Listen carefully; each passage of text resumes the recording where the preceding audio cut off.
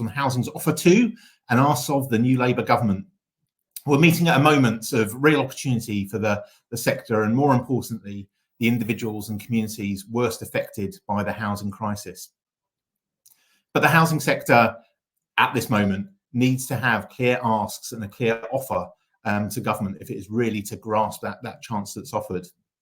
And before I introduce the speakers today, who'll kind of talk us through what that approach is likely to look like and what some of those asks might be, these are people who will be leading voices in the discussions that lie ahead. I'll just start with a little bit of background to set the scene for today's event and really to talk us through what we're looking to get at, I suppose, with the event today as well. So yeah, new Prime Minister, Sir Keir Starmer, pledged to run a programme of national renewal in his victory speech, and last week's King's speech added a little bit of meat to the bones, but there's still a lot of detail missing when it comes to what those plans look like and what they will involve. And that's, I guess, where the opportunity comes in as well, in terms of some of those discussions to make sure that detail is the most useful and the right detail. As a reminder, Labour's manifesto committed to building 1.5 million new homes, boosting the delivery of social housing and reforming the planning system. And it also, and this might be something we'll be touching on later, promised to boost the capacity of housing associations and councils to help with housing delivery. But there's not a lot of detail about what that actually means. So yeah, definitely something we want to be talking through and thinking about what that could and should involve today. So yeah, those are some of their headline commitments, but the detail is pretty light at the moment. The webinar today will explore what the implications of the party's manifesto and plans that's announced so far will mean for the sector, but it will also examine and look at what the sector how the sector should approach its relationship with the new government. What should its offer be, and what does it need from government to deliver the promised change and the desired change? We all know, for example, just as a bit of background, that development numbers are set to fall without intervention. So what would help boost capacity the most? Again, that stated aim to boost capacity. And beyond the immediate, what should be included in the government's longer term plan for housing? Between them, our guests today own or manage more than 300,000 homes, and that's before you include place shapers and their members, with more than 700,000 between them. And according to Inside Housing Biggest Builders Survey, last year they delivered more than 3,000 new homes between them, including nearly 600 for social rent. They and the groups they are part of will have a key role to play in building and shaping that relationship with the new government and delivering on the objectives that have been set out. So today we'll be hearing from Catherine Ryder, the Chief Executive of Place Shapers, Greg Reid, Chief Executive of Places for People, which has been running a campaign, Time to Build, which we'll be hearing about more shortly. Nick Hatkin, Chief Executive of Yorkshire Housing, and Geeta Nanda, Chief Executive of MTVH. So welcome all, and great to see you all here today. Lots to get into, and yeah, big audience today. So welcome to you all, and thank you for tuning in as well to everybody who is here today. Just a reminder in terms of the audience, this is absolutely your opportunity too to ask questions that are going to be most useful to you, help your thinking, help your planning, and also actually guide some of the thinking input into that as we go as well today. So please do use the Q&A box on your screens to ask questions throughout the opening thoughts and indeed throughout the discussion that follows, and I'll get through as many of your questions as we possibly can today. So yeah, just a reminder, do use that Q&A box as we go, and we'll pick up on as many questions as possible. Right. Hopefully that set the scene and set out what we're looking to do today and what we're looking to get out of the event. That is more than enough for me, apart from anything else. I'm getting croaky. So without further ado, I'll ask each of our guests today for a few opening thoughts to guide that discussion. And Catherine, I will start with you. So yeah, Catherine, welcome, and over to you. Great, thanks Martin, and thank you so much to you and colleagues for inviting me today to come and share some initial thoughts on the new government and the implications of the general election. Just really briefly, for those of you who are not familiar with Place Shapers, we're a network of about 100 housing associations across England, and typically our members tend to be place-based housing associations, community-based housing associations, those who operate in a fairly well-defined geography. And I think the first thing to say about the implications of the general election is the government with an explicit ambition to build more homes and a commitment within that to build more social housing is a good place to start if we want to end the housing crisis. And I don't think, we should underestimate the difference that will make to the long-term conversation that we're having with the government. I think in the short term, for a lot of people working in the sector, things may feel like they're not going to change very quickly because of all the challenges the sector is currently dealing with. But long term, that commitment to building more homes and that explicit ambition to build more social housing is really welcome. And we do have a real opportunity to change our relationship with government. We've got hundreds of new MPs, and there is evidence that this government is going to be bold about achieving their ambitions on new homes, which again is really welcome. There's two things really briefly that I want to talk about by way of introduction. The first is the importance of place, and the second is the importance of a strong, diverse housing association sector. And of course, it is absolutely vital that the government supports the sector to build more homes, including for social rent. But for us, it's not just about numbers, it is about what you build and where you build it.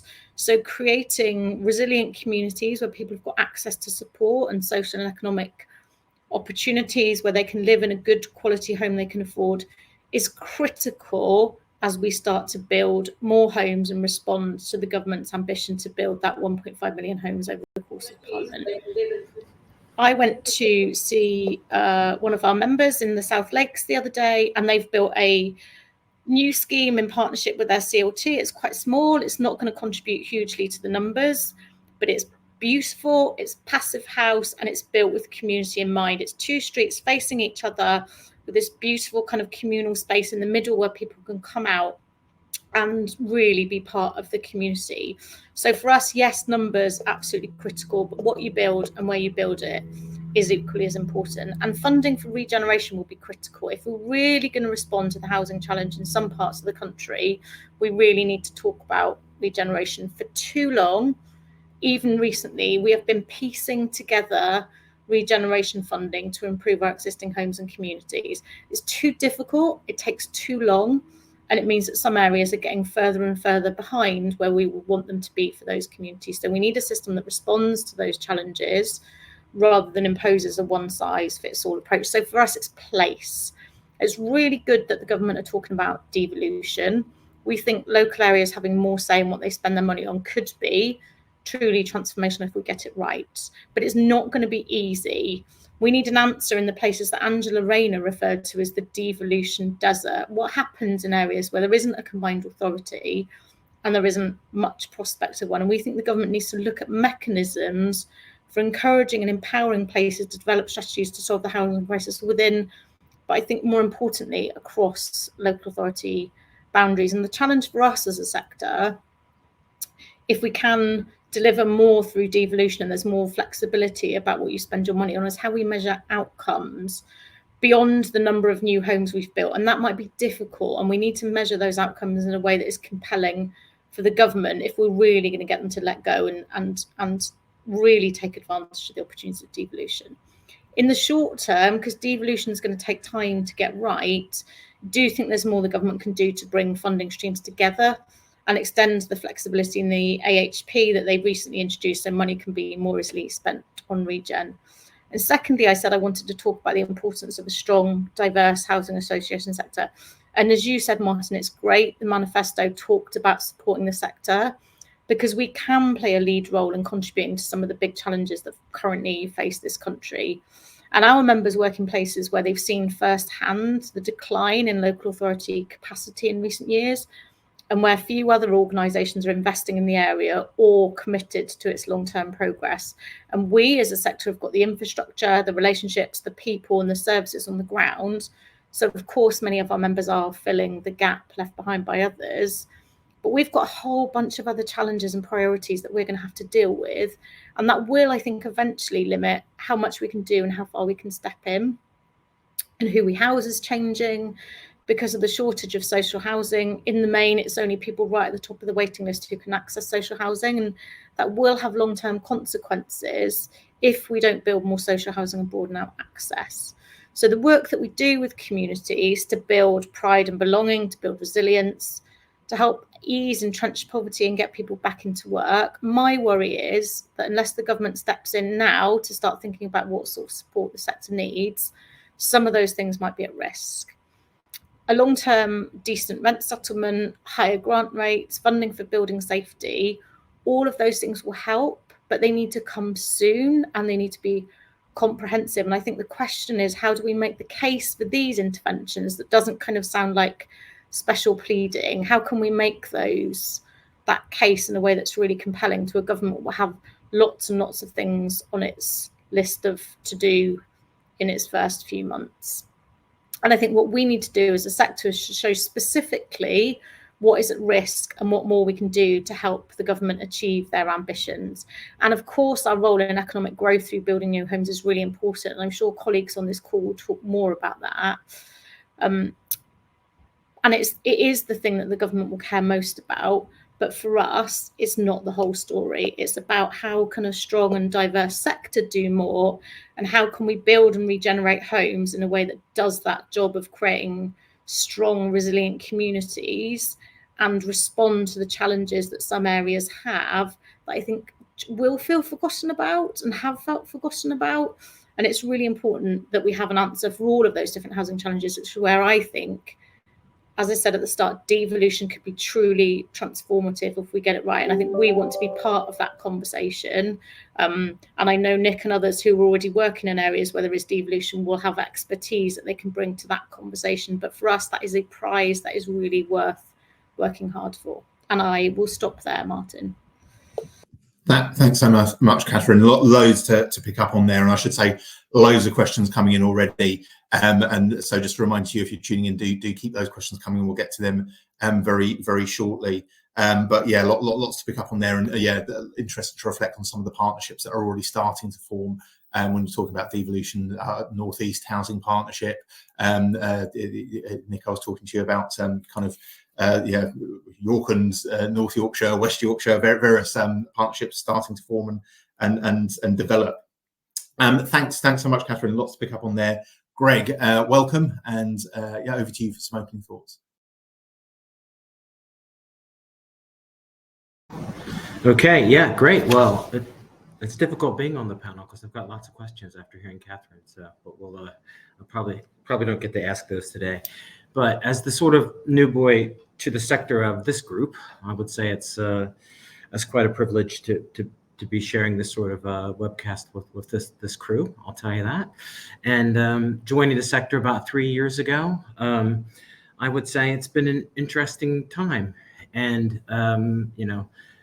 people who dedicated their whole lives to it, to creating homes and making better communities for people, hats off to you. And it's just been a challenge. What I would say is the past few weeks, there's been a bit of a step change, obviously politically, bringing a new opportunity for the sector and for the country, I think, which is very exciting, and you can feel it in the air. And we're delighted to see the new government prioritize house building as one of its core domestic policies. So it's a real treat for us. And there's been a lot of barriers standing in the way for a very long time. And one of my favorite sayings is deeds, not words. And I think that's what we need to see now, is the government needs to put the words into action and deliver the transformative national change that they've promised during a very successful campaign that I think the electorate bought into. And so people want to see this happen on a mass scale. And so much leads back to a lack of vital housing in the issues that we face in this country today. And Labour's pledge to sort of turbocharge house building and to invest in healthy communities is very, very welcome. And I think I'm sure some of us on this call have been feeling we've been kind of battling that on our own for a while. So it's nice to have someone swing into action and help us. And this crisis isn't new. It's been 30 years in the making, and it's getting worse every single day. So that's quite a structural, cultural, societal shift, economic shift that we're going to have to make. And more people than ever are homeless, and we know there's fewer affordable homes being built, and there'll be even less built this year based on the starts from last year. And social housing waiting lists are really too long, and people can't see the light at the end of the tunnel, which leads to a lot of really sad outcomes. Urgent action is vital, and we want to be a key partner in helping the government with the other housing associations hit the ground running from day one. At PFP, we're going to keep doing what we're doing. When I joined the group and understood the sort of social purpose of housing associations, sort of looking after our existing properties was number one, safety is number one, but also building new homes. So, I get a bit of shtick depending on who talks to me about why have you built 2,000 homes in this environment this year? But I just think that's what we're supposed to do. And part of my social purpose is not interest cover; it's building homes. And so, we're going as far as and fast as we can. We've got a huge pipeline over the next 5 years, and we're really willing to keep investing in people's lives, and generating huge amounts of social value, which is the key metric that we look at. We'll keep growing our health and well-being offer. We've got millions of people who visit our leisure centers each month, and we see that as a really important part of community building, having health and well-being in those communities. So, there'll be challenges along the way, and we know what it takes to create and manage and support thriving communities. We're ready to go. I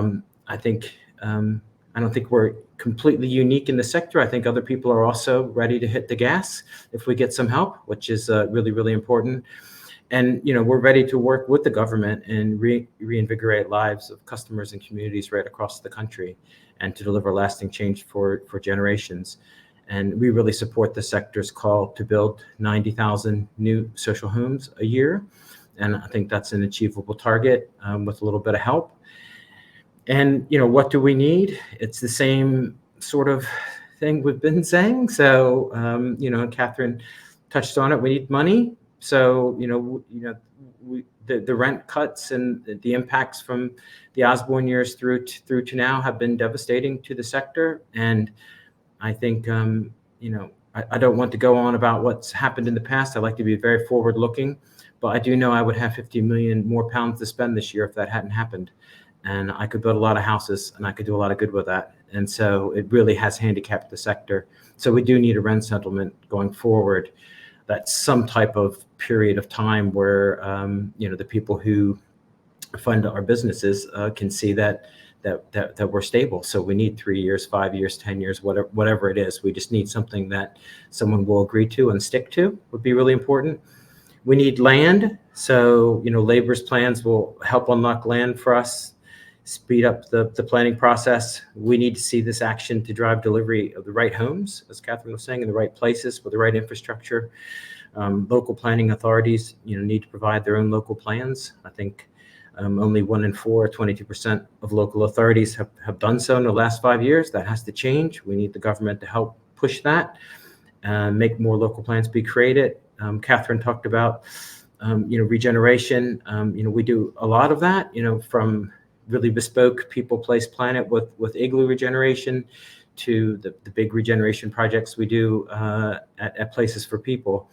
But you look at something like Park Hill, and the net additionality requirements have forced us to take over 20 years and a huge amount of money and impact to try to bring that back to life, when those are essentially they're not homes now because they're empty.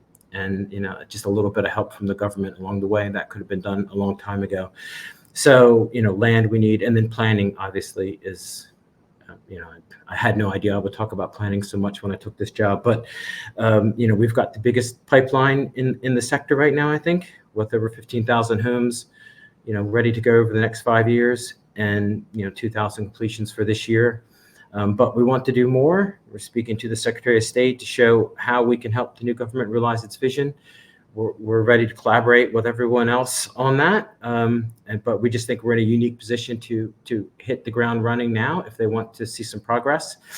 And it's just really vital that these new homes and infrastructure be delivered as quickly as possible.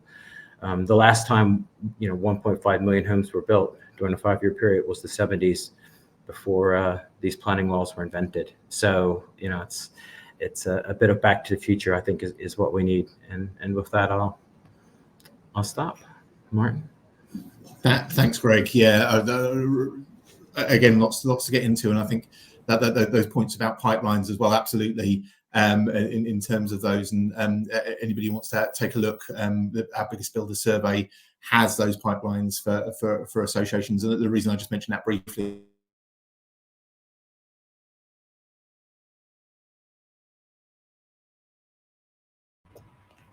I feel like Martin is frozen. Is Martin frozen for everyone else? Yeah, I think so. Yeah.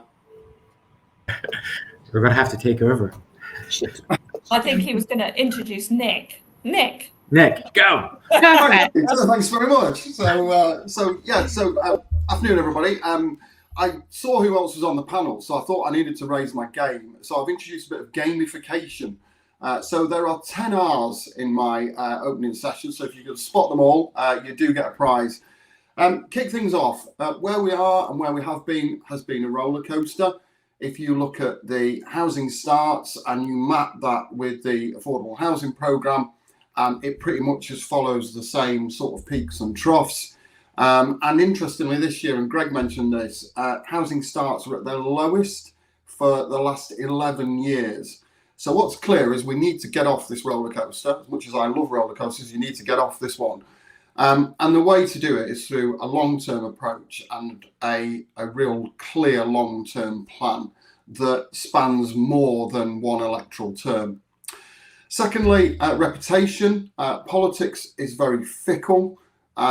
We as a sector are where we've longed to be for literally decades, but it's hard to stay here. So if you look at the last general election just gone, housing was the 4th priority amongst the electorate compared to it being 10th as a priority in just 2019. So we're front and centre. We've got the ear of the government. We've got a government that's really willing and wanting to listen, but we need to absolutely have a coherent message. And we also need to remember where we were just 9 to 12 months ago. You know, we were not where we are now, and that's how fickle and how quickly the world can change. So we need to be seen to be part of the solution. Thirdly, we need a dose of realism. There is a real risk for us at the moment to overpromise and then be seen to be under-delivering. So we need to be clear on what our offer is and also what our asks are, and that the two are inextricably linked. So hence why today's session is so important. One of the key ways to get that long-term certainty that I mentioned was around reclassification of investment in housing. So to move it out of the comprehensive spending review and to classify housing investment in the same way that we do as a country for road, rail and other major infrastructure projects. And that, literally at the stroke of a pen, removes that roller coaster effect of supply and also funding. We also need to remember our existing homes, and I think we have a government that clearly wants to consider retrofit and improving the carbon credentials of UK PLC.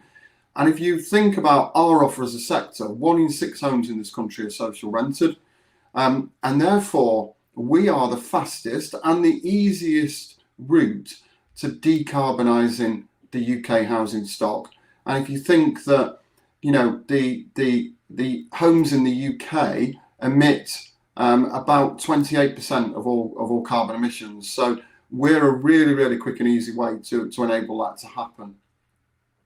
In terms of all of this is underpinned by the government's finances, and key to that is restarting the economy. And we've seen that is absolutely key to Labour's wider plans. And if you listen to everything that Rachel Reeves is saying, all of the funding programme for the next 5 years is predicated on the UK economy growing. And we've got a fantastic story to tell there. We've got a great role to play in this. You know, we know the metrics, we know the multipliers of what you get when you invest in new and existing homes. So we can absolutely rapidly kickstart the UK economy by getting that investment up and running. To do that, though, and again, both Catherine and Greg referenced this, we do need certainty over our income stream, and that's why we also need to remove the uncertainty over the future rent settlement. But I think, again, the messages were positive in Labour's manifesto when they talked about rebuilding capacity in housing business plans. Again, something I've never seen in my career. Moving on, I think the regions are very clearly going to be key players. And again, Catherine mentioned the role of mayors and devolved regions. So where they do exist, such as in Yorkshire, where we've currently got 3 mayors, we're about to have a 4th next year, prior to them making our bid for independence. That's only a joke, by the way, please don't quote me on that one. But we need to form really close working relationships with those mayors, understand what their priorities are, and align our offer to enable the delivery of those regional priorities. But we also, as Catherine said, we need to support those regions where those arrangements are still forming, or where we have devolution deserts.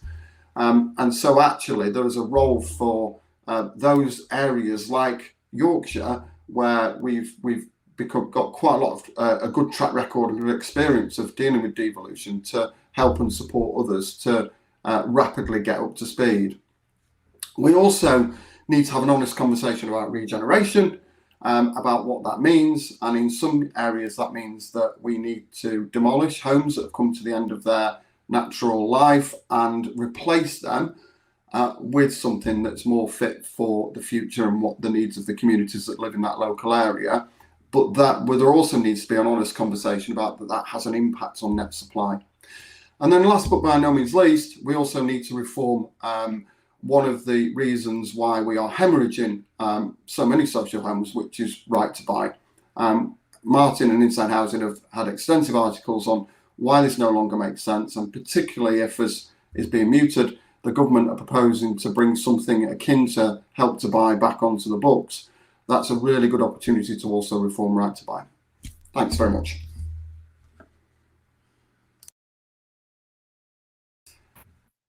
Hopefully we've got you back, Martin. Sorry, thanks, Nick. There are the nervous moments where we see whether it's working. Fingers crossed everybody can hear me. Thanks, Geeta, also for stepping into chair briefly while I disappeared. Thanks very much, Nick. Some really strong themes emerging as we go. I should say, so many questions coming through, so we'll get to them very shortly too. Thanks very much for that, and definitely want to talk about that kind of devolution journey a bit more too. Thanks very much, Nick and Geeta. Welcome, and over to you for some opening thoughts. Thanks, Martin. Well, I completely agree with the panel. So I completely agree with all the points that have been raised in the panel. So I'm not going to repeat them around what we need. But I think what's fantastic, and I think, we've talked about this, is that we have ambition. And the fact that there is a government that wants to do something is a good starter. So we, as delivery partners, have to come up with the solutions. We have to come up with the how, the why, the what, in order to have that delivery. And we have to speak coherently as a sector as well. We all have different skills in different areas, but there's going to be some really clear messages from us as a sector. And I think the NatFed are doing a really good job there in terms of talking about the capacity of housing associations and what we can do. So one of the things I was going to talk about is some of the things that we've been doing in London, or some of the initiatives that have been talked about. And we in London have been looking at the London Homes Coalition. And, one of the things that we need to have is the skills to be able to, and the people to be able to deliver the plans. And it's great that the government are talking about planning officers, but I'm talking in my work about building control and, signing off high-rise buildings and the length of time it's taking. So we can have a problem over here, but there are skills shortages throughout the industry that we really need to think about, because that is going to have a blockage. It's going to have a blockage. You can unblock planning, but it's going to have a blockage because you're not going to be able to sign things off. You're not going to have the people to build them. So those long-term programs and that sort of, housing as infrastructure, thinking of us in a different way, means we as a sector and with, contractors and local authorities have to really think about what is the skills gap in different localities. It's going to be very different in different localities in order for us to be able to deliver, even if we unblock the money and do everything else. How are we going to get this rolling? And if you think about it, we've had building safety, we've had net zero delivery, we've got an ageing workforce, we've had lots of people emigrating who did work in building construction. Apprenticeships aren't coming through in the level that we need, and so that labour skill shortage is something that I think we really need to talk about. And obviously we will grow the economy with the investment in existing homes and new homes that we build.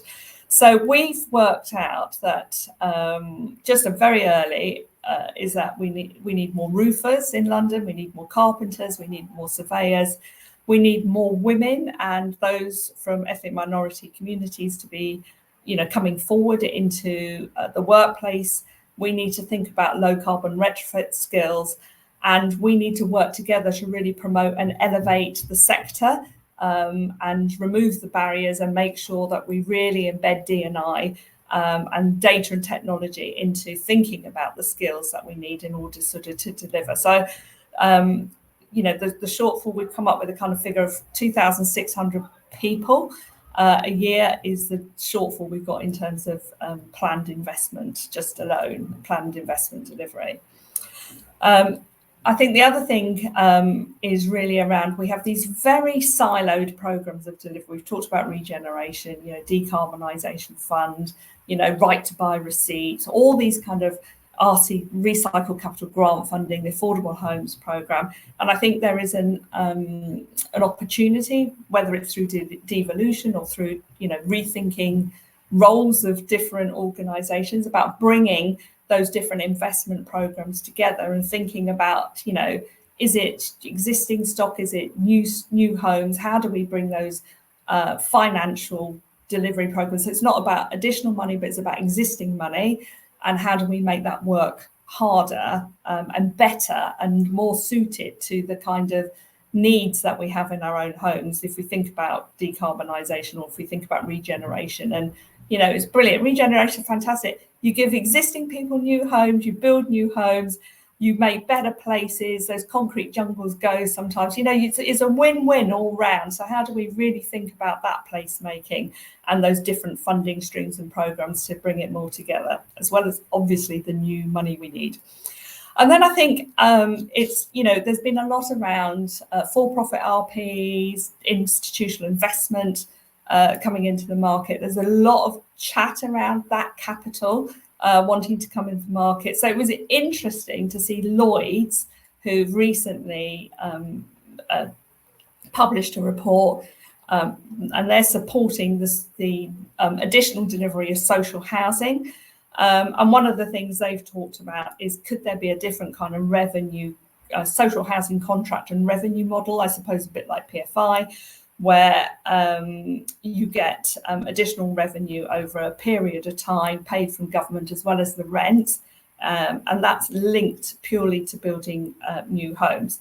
Now, we all say we need more income. We all know our social housing interest cover is being impacted.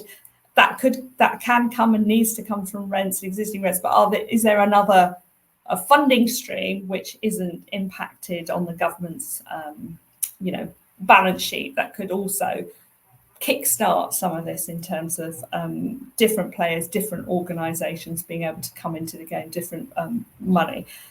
Having worked in housing a very long time, Greg, sort of, one of the old girls, if you're one of the new guys, I remember when I first started, we had lots of people in bed and breakfast accommodation. And one of the new things we did with private sector leasing, leasing properties off private landlords to get people out of bed and breakfast accommodation into a home. I mean, that's come under pressure now, and local authorities can't get homes to rent in order to, from the private rental sector and leasing arrangements in order to get people out of bed and breakfast. You know, we had under the, you know, in Waterloo, under the arches there, we're under the, you know, the subway there, we had, you know, tented cities. And we got rid of that rough sleeping by having a rough sleepers initiative program, which was very focused. A lot of these solutions are out there. You can rename them. It's great. We can put a different badge, put a different name on it. Say you've given us the solution. Thank you. But there are lots of solutions that have been around for a long time, which need to be tweaked. And, you know, so we need to think about those sort of delivery models and how we can come up with some of those solutions. And I'm just going to, you know, we all want less revenue through housing benefit and more in capital expenditure. We all know that's the right thing to do, and that we've had this ridiculous housing benefit bill, which we're paying, which is taking away from the sort of, you know, capital spend that we need. So I think, and sorry, I just wanted to finish with that homelessness, you know, the fact that in that school in Peckham, people may have heard about it, where 50% of the kids are, you know, living in temporary accommodation. We need an immediate effort in terms of getting people out of temporary accommodation. And we need the housing sector to think about those pathway models. We're very good at that supported housing. What are the different pathways to help people where we can prevent homelessness and get them, you know, into different, save the taxpayer lots of money, get people into some solution for their long-term housing as well. And that should be the role of us as we think about prevention, as well as building more social homes. So I'll end there, Martin. Thank you. Thanks, Peter, and thanks everybody for some really interesting and insightful opening thoughts, and a kind of plan for action in there as well, and some ideas for action as well, different funding streams, how devolution might play out and partnerships might work. Lots and lots of questions coming in. I will try and get through as many of them as possible, but yes, we'll try and group them into themes as well as we go. Thank you all for asking so many, and I will move to them now. Do keep asking. We'll try and get through as many as possible. Various themes emerging. Certainly questions about the types of places we're looking to build and the types of housing we're looking to build. So we'll come to some kind of questions about kind of quality of stock and place shortly. So yeah, kind of lots to pick up on.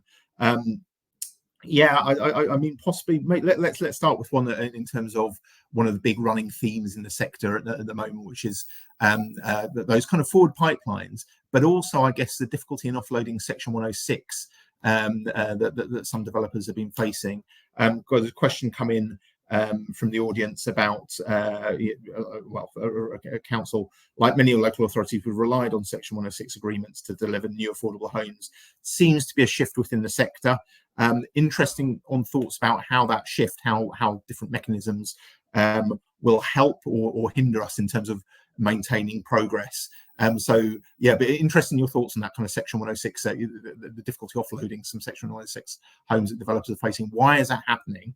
And actually, if there is a more fundamental shift in the sector away from Section 106, what impact is that going to have on delivery? So who wants to come in on that? Geeta, you're nodding away, so I might pick on you first. Yeah. It's a very real problem, isn't it? I mean, you know, the thing we don't want to do is to lose new affordable homes because nobody can pick up the Section 106. Some of the reasons why, if you're a strategic partner and you're reducing your programs, people are going to be focusing on their land-led deals, or they're going to be focusing on, you know, meeting their strategic partnership quotas. And that's certainly the case for us. So we, you know, reduced our development program. We're doing 1,000 a year.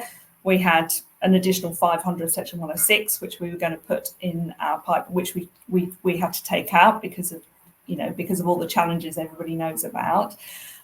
Because our priority was to deliver our strategic partnerships. Now, the GLA have got some flexibility now where they're allowing some grant. There's a formula around there around how you can utilise some grant into Section 106 if you've got some additionality over your strategic partnership. But Homes England aren't doing that. So there's a differential. When we come to think about mayors and devolution, there's a differential there. So it means we're now putting back some Section 106 in London where we're not doing that outside of London. So, you know, if you have different funding streams, you can think about that.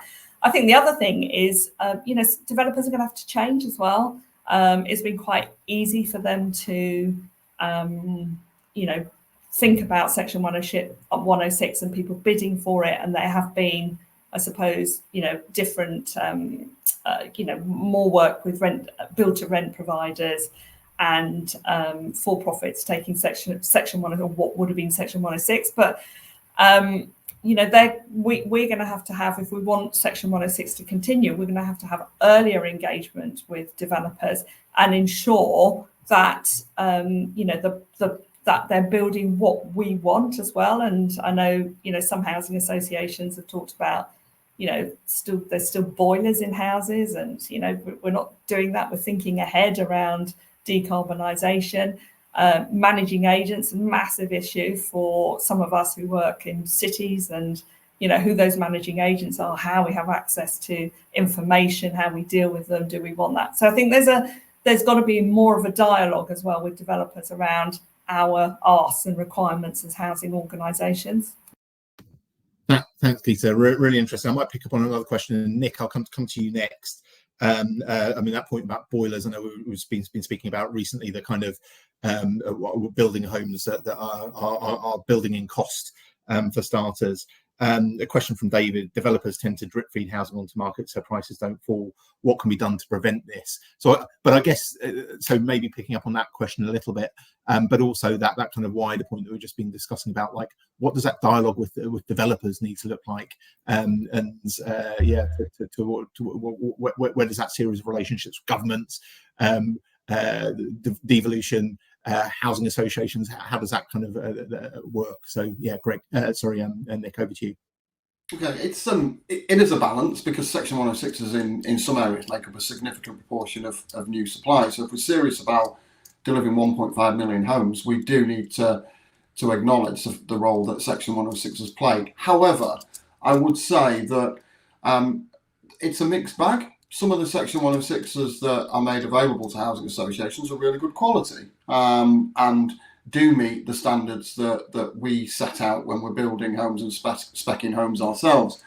But there are a number that don't. And I think for me, and certainly for Yorkshire Housing, we've got a view now that we will not take homes under Section 106s that are the future retrofit problems of the next 5 to 10 years. So, but I think we can't do that in isolation. I think there's a role here for us as a sector to actually sort of say, and to come together to say that actually there is a standard below which we won't take Section 106s. That's the only way that some developers will actually raise their game. I also think that in those devolved regions, I think there's potentially a role here for the mayors. I think the mayors could say, actually, this is the standard as your elected representative for this region that I want to see delivered for social and affordable rented homes in this particular area. And that, again, sends a clear message to the developers and also to all the housing associations working in that region, that that's the baseline that we're working up from. And nobody wants to work to even a baseline, so we want to be well above that. Final point really is that I think Section 106s are interesting, because in many cases, when we've taken Section 106s, they fall well below the spec and standard that we are actually building on the same schemes sometimes. And so actually we go in there and then have to do some additional works before we can actually let them. So I think there's an opportunity here for us to actually have a bit more of an adult grown-up conversation around this. It just isn't about numbers. This is about actually driving up quality of those homes and also not creating the retrofit problems of the future. Yeah, I think that's really interesting in terms of the opportunity that presents itself. I also think actually, reflecting what you're saying as well, that kind of opportunity in terms of that relationship with government and driving, what that might look like in terms of numbers and quality, the opportunity that those regional partnerships emerging present to do that, but also the fact that some of those regional mayors are really the sector's friend, or they should be. I mean, they're talking about skills and in most cases and delivering more affordable housing. They've got targets, they've got things they want to deliver on. That voice moving through into government, I think, is going to be a really powerful one as well. No, thanks, Nick, and I hope that answers the questions on section 106, quite a few of them. I'm going to move to a question about place now, and Catherine, I might bring you in first on that, and then Greg, I'll bring you in on places as well, but we'll start to talk about some of the numbers issues as well. Question from Patrick. Thanks for the question, Patrick. Housing is not only a determinant of health, but also a determinant of healthy services, providing a safe, affordable home for public sector workers, ensuring the resilience of local services. What does the panel believe needs to be done on this agenda moving forwards, embedding housing with public service delivery, if you like? So, I mean, again, and I think this starts also to get into that question of capacity, that the government talking about boosting the capacity, not just of housing associations, but of local authorities. So kind of, I'll jam those two together. Yeah, Catherine, interested in your thoughts about that. Yeah, thanks, Martin. And it's a really good question, and one that I think we've only just started to explore. In a way, I think Patrick's answered his own question, right? Yes, I think we do need to make a better case that housing is integral to so many things, including, I would argue, not just public services being able to operate in an area, but lots of employers being able to operate in an area. And it's what I said at the beginning about when we're building new homes or regenerating homes, we need to think about not just the houses, but where they are, and whether they're providing people with access to employment opportunities, for example. So there's on both sides of the equation. It's better, we need to build homes that are near jobs so people can work there, and it's better for employers because they can then recruit the people they need, I would argue, not just in public services, but across a range of different jobs. I think what we're lacking at the moment is a kind of coherent evidence base across the country as to the difference that is making, and potentially those really good case studies where employers have withdrawn from an area because they can't get the people that they need to work there because of the lack of affordable housing. So I think we just need much better case studies and much better evidence around it. But I also think we need a strategic conversation with the government about how we can attract employers into an area. If we bring public services into an area, then often other employers will follow. So I think on both sides, we need to build houses where people can work, but we also need to start to think about what case we're making to government, our relationship with kind of employers and those kind of things, to bring people into an area where typically we don't get those big employment opportunities. So I think it needs to work better on both sides. But I do think the link between jobs and homes is something that we need to think about as a sector, because it does speak to the argument around economic growth as well. So I think it is a good question from Patrick. I just think we need to get better at it. Yeah, I think, and I should say, thanks, Catherine. Certainly one of the things I'm quite keen to do with the Housing Hires campaign we're running at the minute. One of the aims is to promote the sector as a place to work, but also to look at, I guess, skills gaps within the sector, but really talking about opportunity through that. So if there are gaps, what does that mean? How and the work of the London Homes Coalition, fantastic piece of work, which I really would recommend people going and having a look at if you haven't seen that already, but actually starting to think as a whole, what do we need? How do we get there? And actually, absolutely, what opportunities does that mean for employment and local areas and growth? Greg, I'll bring you in now on that point if you want to come in on it as well. But we're also talking about developments. I mean, Ben, a question from Ben here. One of Labour's manifesto commitments is to deliver more homes via the Affordable Homes Programme, but within existing funding. What are your thoughts on that? And the numbers that you're talking about? There's another question, I guess, about tensions within the system. I suppose they were mentioning shared ownership, but also, you're talking about wanting to deliver more social rent. but also there's that 1.5 million target. There are tensions within the system, perhaps. How do you see that? And actually, you were talking about your own pipelines. What difference does that program make to you, and the government's approach make in terms of the numbers you're going to be able to deliver? Sure. I thought just back on Section 106 real quick before I buzz through those answers. I think it's easy for someone like me to sprain my ankle jumping off my high horse on Section 106 because it's not something we need. We build our own homes, and we don't really purchase Section 106 anymore. That doesn't mean the UK doesn't need it until something better comes along. So I think that's something that we really need to collaborate better, with the NatFed and others to sort of make sure we've got a solution for all 1,000 housing associations, not just what works for those of us who get access to some of these conversations.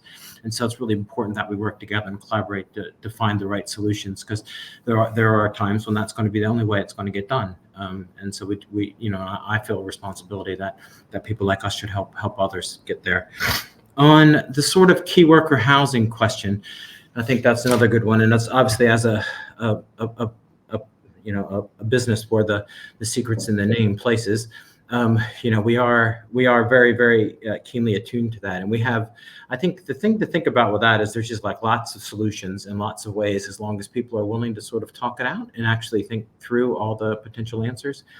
So for us, we've got a very successful program in Scotland, working with the Scottish National Investment Bank to build key worker homes, where we'll have 1,500 or so in the sort of central region of Edinburgh and Glasgow, mid-market rent for those key workers in the places where those homes need to be.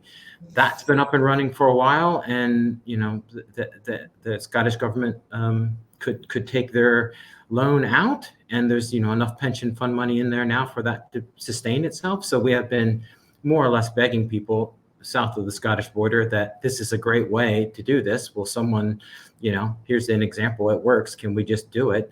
And so we have gotten an agreement with the Manchester Combined Authority for them to put some money in, and for us to do a similar fund for key worker housing in Manchester. So, but that's not the only solution. There's lots and lots of solutions, and obviously one of the key solutions is to just really do true multi-tenure, where you've got social rent, affordable rent, mid-market rent, open market sales, you name it, all in the same communities that you're building.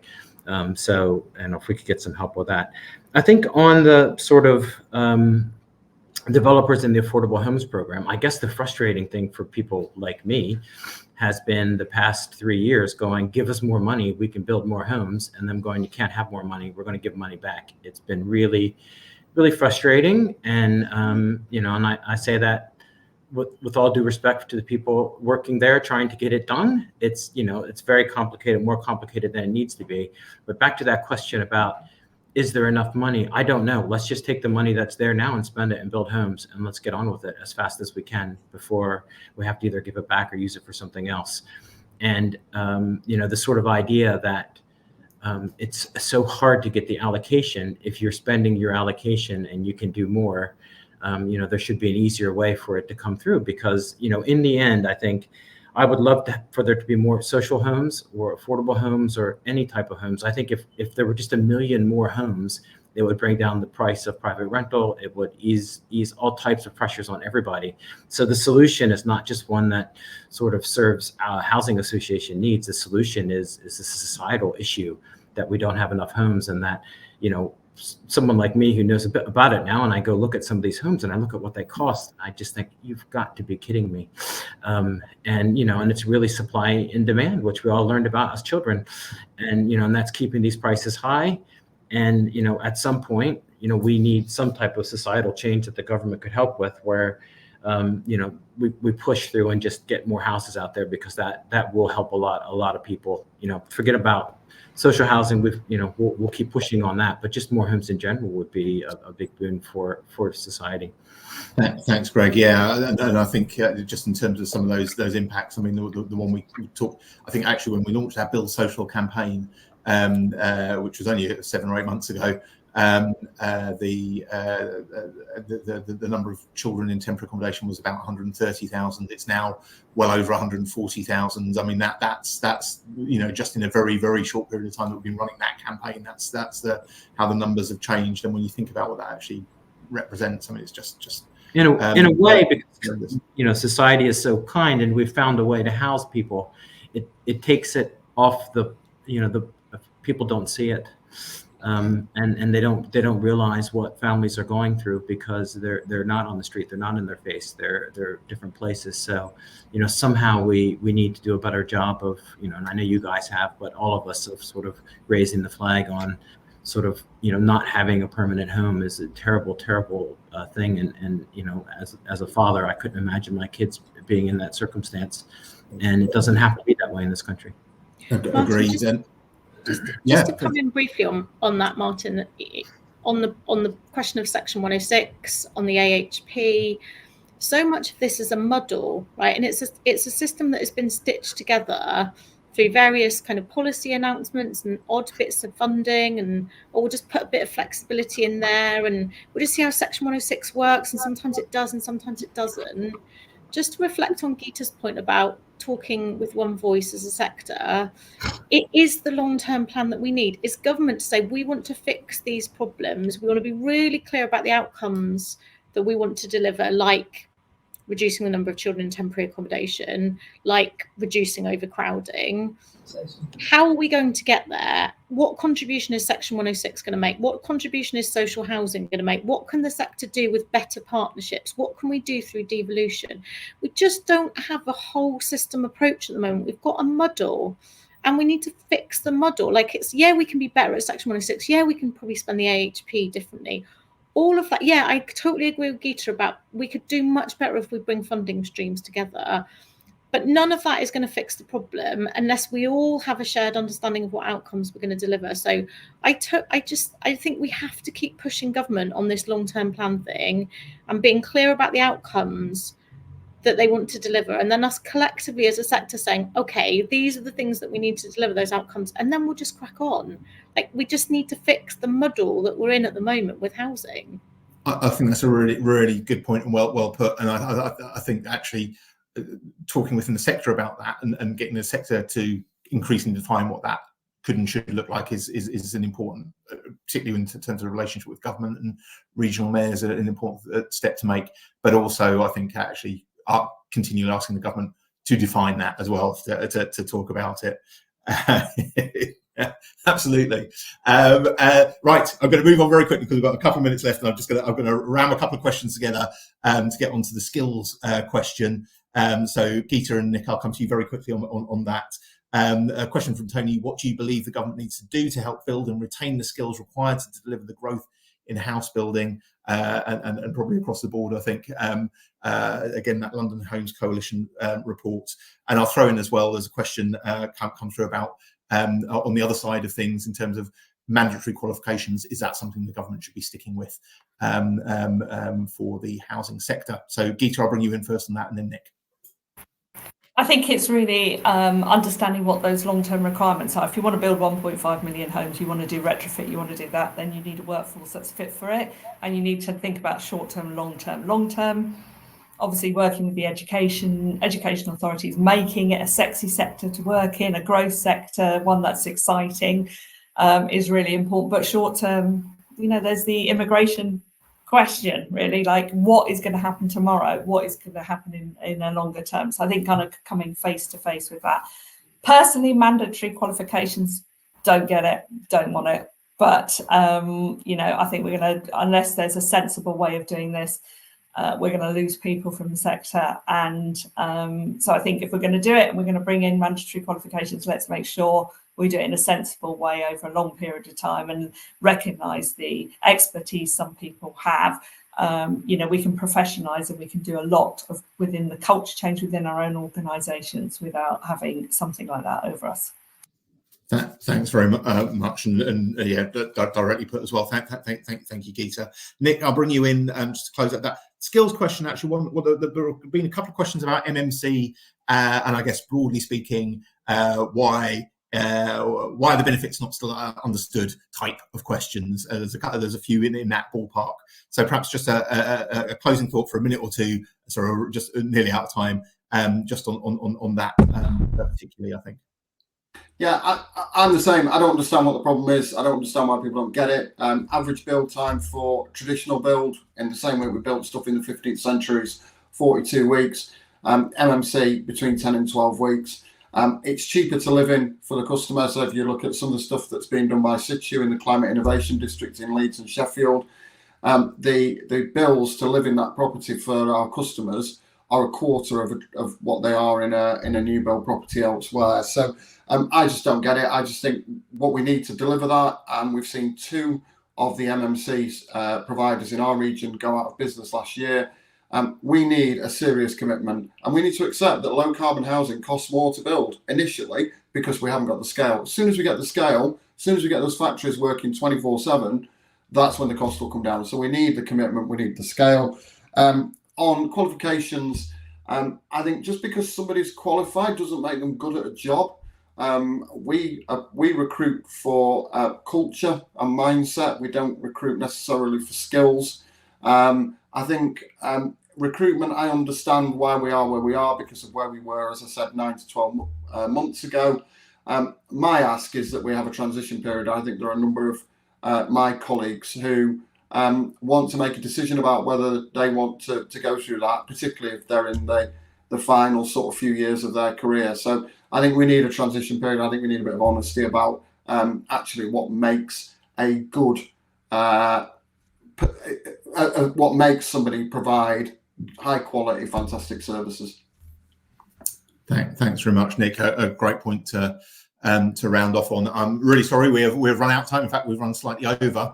There were about 2,000 of you registered for today, so I apologize I haven't got through all of the questions. There are a lot of questions that came through. Hopefully, we got through a lot of the kind of themes that were emerging from some of those questions. Thank you to our panel for a great set of insight and some great responses to those questions and ideas about what that relationship with government could and should look like, and also ideas about what the sector could and should be doing to kind of take things forward as well. So thank you for that. Thank you all for tuning in and for the great questions that came through. Apologies if we didn't get to you, but hopefully we've got through a decent cross section.